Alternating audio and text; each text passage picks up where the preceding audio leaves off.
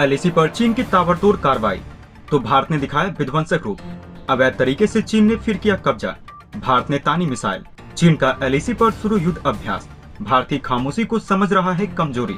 दोस्तों, चीन लगातार अपनी नीच और गिरी हुई हरकत को दिखाने से बाज नहीं आता है और आज भी लगातार चीन अपनी हाइट की तरह छोटी हरकत दिखा रहा है। भारत इस मुद्दे को लगातार बातचीत से सुलझाने की कोशिश कर रहा है, लेकिन यहाँ पर चीन की तरफ से ऐसा कोई भी कदम उठाया हुआ देखने को नहीं मिल रहा है जिससे कि इस मुद्दे को बातचीत से सुलझाया जा सके। और इस चीज से इतना तो समझ में आ जाता है कि यहाँ पर चीन भारत का विध्वंसक रूप देखना चाहता है। ऐसा बिल्कुल भी नहीं है कि भारत लड़ाई से डर रहा है, बल्कि भारत चीन के भले के लिए ये युद्ध की तरफ अपने कदम नहीं बढ़ा रहा है। चीन की गिरी हुई हरकत को भी देखकर भारत नजरअंदाज कर रहा है। भारत चाहता तो ये युद्ध काफी समय पहले ही शुरू किया जा चुका होता, लेकिन यहाँ पर भारत ने चीन को मौका दिया कि आज नहीं तो कल चीन सुधर जाएगा। लेकिन कहीं से भी चीन सुधरता हुआ दिखाई नहीं दे रहा है और आज वो समय आ चुका है जब भारत को अपना विध्वंसक रूप चीन को दिखाना ही होगा और चीन को उसकी गलती का एहसास भी कराना होगा। दोस्तों, अब भारत को चीन से आर या पार की लड़ाई करनी होगी। भारत ने लाख कोशिश की कि इस मुद्दे को बातचीत के जरिए ही सुलझाया जाए, लेकिन चीन लातू का भूत है, बातों से कहाँ कोई बात समझने वाला है। और अब भारत को अपना भौकाली रूप दिखाना होगा और चीन को उसकी औकात दिखानी होगी। अगर भारत ने अपना दूसरा रूप दिखा दिया तो यहाँ पर चीन थर थर कांपेगा, चीन का जीना हराम हो जाएगा। चीन जो आज इतने आराम से अय्यासी कर रहा है, अगर भारत अपने पर आ गया तो चीन अपनी जान बचा के भागेगा और एक बार भारत की हटे तो भारत चीन को चीन में घुस के मारेगा। और ये सब करना भारत के लिए कोई नई चीज नहीं होगी। इससे पहले भी भारत पाकिस्तान को उसकी औकात दिखाकर आ चुका है और अगर यहाँ पर भारत चीन में घुस जाएगा तो पाकिस्तान से बुरा हाल करके आएगा। अब आर या पार की लड़ाई के मूड में भारत को आना ही होगा। बहुत कोशिश की भारत ने चीन को बहला फुसलाकर मनाने की, लेकिन यहाँ पर चीन बिल्कुल भी भारत की बात मानने को तैयार नहीं है। और जब कोई बच्चा शैतान हो जाता है तो उसको मारकर सुधारा जाता है और यहाँ पर चीन अब शैतानी करता हुआ नजर आ रहा है।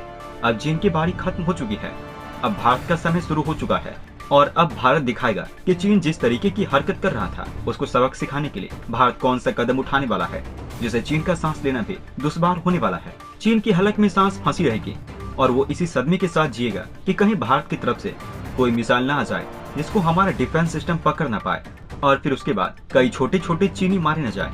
दोस्तों, भारत और चीन का विवाद अब लगातार बढ़ता हुआ चला जा रहा है और भारत की तरफ से इसको शांत करने की कोशिश भी की गई थी, लेकिन चीन इस विवाद को खत्म करने की ओर अपना कदम नहीं बढ़ा रहा है। और यही वजह है कि यहाँ पर भारत और चीन के बीच में आने वाले समय में कुछ बड़ी और खतरनाक कदम उठते हुए भी देखने को मिल सकते हैं। और हमें देखने को मिल रहा है कि दोनों देशों की तरफ से अपनी अपनी सेनाओं की तैनाती भी बढ़ा दी गई है और लगातार विवाद के चलते हुए दोनों ही देश अपनी अपनी तरफ से हर सुरक्षा के इंतजाम कर रहे हैं। दोस्तों, सैटेलाइट से ली गई नई तस्वीर में ये खुलासा हो गया है कि यहाँ पर चीन लगातार गैर कानूनी तरीके से कब्जा करता हुआ चला जा रहा है। हमें इस तस्वीर में देखने को मिल रहा है कि डोकलाम से 9 किलोमीटर पूर्व में चीन ने अवैध रूप से जिस गांव को बसाया था, अब वो गांव पूरी तरीके से लोगों से भर चुका है और उस गांव में चीन लगातार अपनी आबादी बढ़ाता हुआ चला जा रहा है और चीन ने इस गांव को पिंगरा नाम भी दिया है। और सबसे बड़ी बात यह है कि चीन का ये गांव भूटान की जमीन पर बना हुआ है, जिसके बारे में खबर सबसे पहले 2021 में हमें सुनने को मिली थी।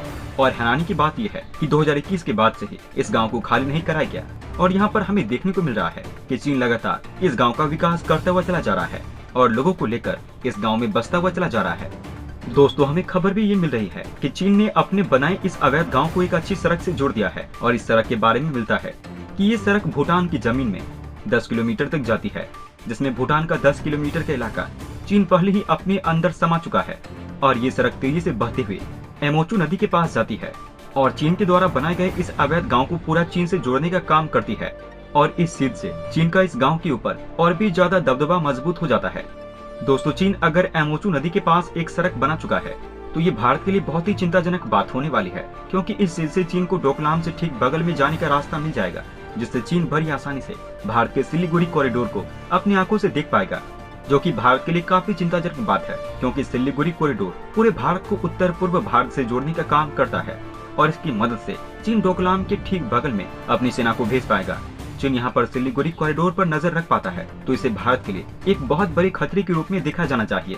इसके अलावा हमें देखने को मिला है कि चीन हाल ही में एलएसी के काफी करीब युद्धाभ्यास करता हुआ भी देखा गया है और इस युद्धाभ्यास के दौरान चीन ने अमेरिका की हिमर्स जैसे सिस्टम का टेस्ट किया है और इसकी खास बात यह है कि ये काफी ऊंचे इलाके में भी हमला करने में सक्षम है।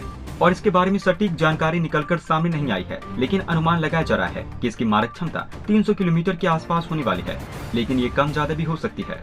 दोस्तों, जिस तरीके से चीन अपने लड़ाकू विमान को भारत के आसपास उड़ा रहा है, इसके अलावा चीन LAC पर युद्धाभ्यास कर रहा है, इस चीज से ये सब चीजें साफ हो जाती है कि चीन युद्ध की तैयारी करने में जुट चुका है।